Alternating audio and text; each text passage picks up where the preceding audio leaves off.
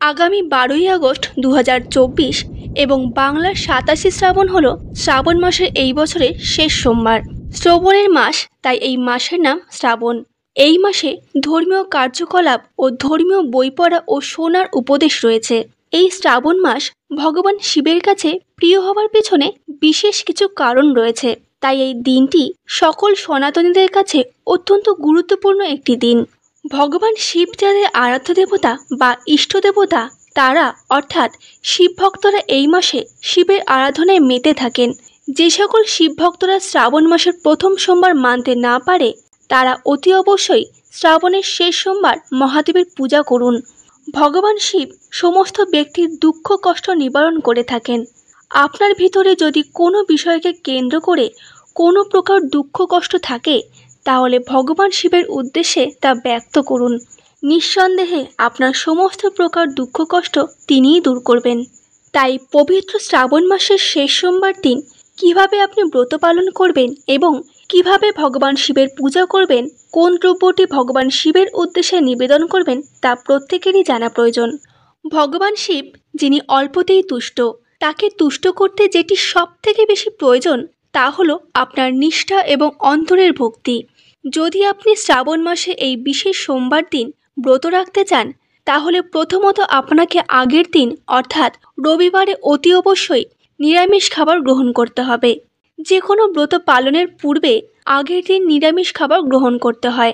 এরপর পরের দিন ব্রহ্ম মুহূর্তে অর্থাৎ সূর্যোদয়ের অন্তত 20 মিনিট আগে উঠে মনে মনে সংকল্প করুন আপনি কোন উদ্দেশ্যে এই ব্রত পালন করতে চান এবং সারাদিন উপবাস থাকুন। এই দিন আপনি পুজো করার পর ফলাহার করতে পারেন, কিন্তু শস্য জাতীয় কোনো খাবার খাবেন না, যেমন চাল গম জাতীয় খাবার। এই সোমবারের ব্রত ঠিক যেমন একাদশী ব্রত পালন করা হয় তেমন করেই পালন করতে হয়। কথিত রয়েছে শ্রাবণের সোমবারগুলিতে ব্রহ্ম মুহূর্তে সকালে উঠে স্নান করে শিব পুজো করা খুবই শুভ।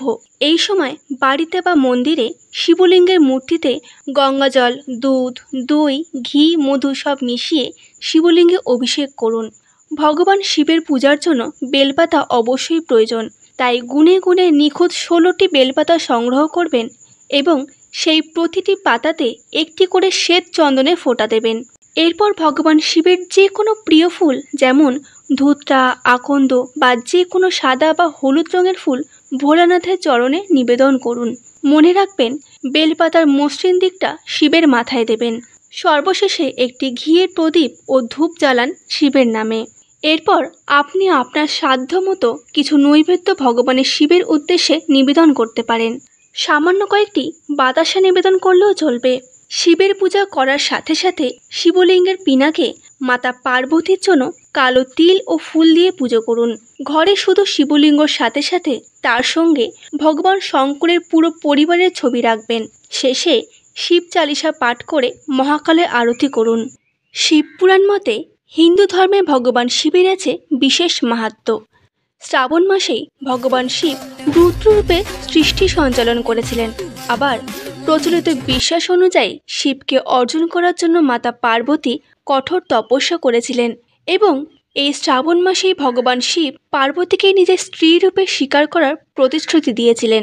তাই এই মাসটি শিবের খুবই প্রিয় এবং এই মাসে করা পুজো অর্চনা ব্যক্তিকে বিশেষ ফলাফল প্রদান করে।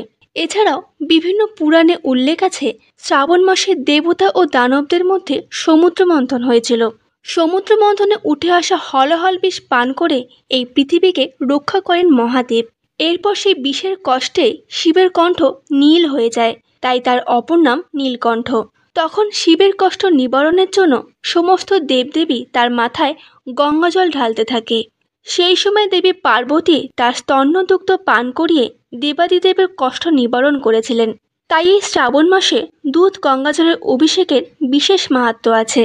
আবার মনে করা হয়েছে শ্রাবণ মাসে শিব পার্বতী উভয়েই মর্তে নেমে এসে পৃথিবী ভ্রমণ করেন ও ভক্তদের প্রার্থনায় সাড়া দিয়ে আশীর্বাদ করেন। তাই প্রতি সোমবার যে সকল শিব ভক্তরা উপবাস করে অটল বিশ্বাসের সাথে ভগবান শিবের পূজা অর্চনা করে, সেই সকল ব্যক্তি সমস্ত সুখ লাভ করে থাকেন। কথিত রয়েছে শিবের প্রিয় মাস শ্রাবণে কয়েকটি জিনিস বাড়িতে আনলে তা ভালো ফলদান করে সংসারে। এই মাসে শিবের পুজোর আগে ত্রিশূল, পারদ শিবলিঙ্গ, রুদ্রাক্ষ রূপোর করা ঘরে আনতে পারেন। এছাড়াও শ্রাবণের শিব পুজোর আগে ঘরে গঙ্গাজল এনে রাখতে পারেন। তাই শ্রাবণ মাসের সোমবারগুলি শিব পুজোর জন্য বিশেষ গুরুত্বপূর্ণ। মহাদেবের আরাধনায় বেলপাতা জরুরি হলেও সোমবার ভুলেও বেলপাতা ছিঁড়বেন না। আপনি সোমবার পুজো করলে আগের দিন বেলপাতা গাছ থেকে তুলে রাখুন। সোমবারে মহাদেবের আরাধনা করলে কোন কোন সামগ্রী নিবেদন করবেন না তাও জেনে নিন। শঙ্খ থেকে জল শিবলিঙ্গে নিবেদন করবেন না। শিবলিঙ্গে ভুলেও তুলসী পাতা, কেতকী ফুল, সিঁদুর ও হলুদ দেবেন না। ভগবান শঙ্কর এইগুলি পছন্দ করেন না। এর বদলে শিবলিঙ্গে শ্বেত চন্দনের তিলক লাগান। মহাদেবের আশীর্বাদ পেতে অবশ্যই পিতলের পাত্র থেকে শিবলিঙ্গে জল ঢালুন। কেমন লাগলো আমাদের আজকের আয়োজন? ভালো লাগলে অবশ্যই লাইক করতে ভুলবেন না। ফিরে আসবো আবার অন্য কোনো তথ্য নিয়ে। ততক্ষণ ভালো থাকবেন এবং এই রকম আরও সনাতন ধর্ম সম্পর্কিত ভিডিও পেতে আমাদের পুরাণ কাহিনীর সাথে থাকুন। ধন্যবাদ।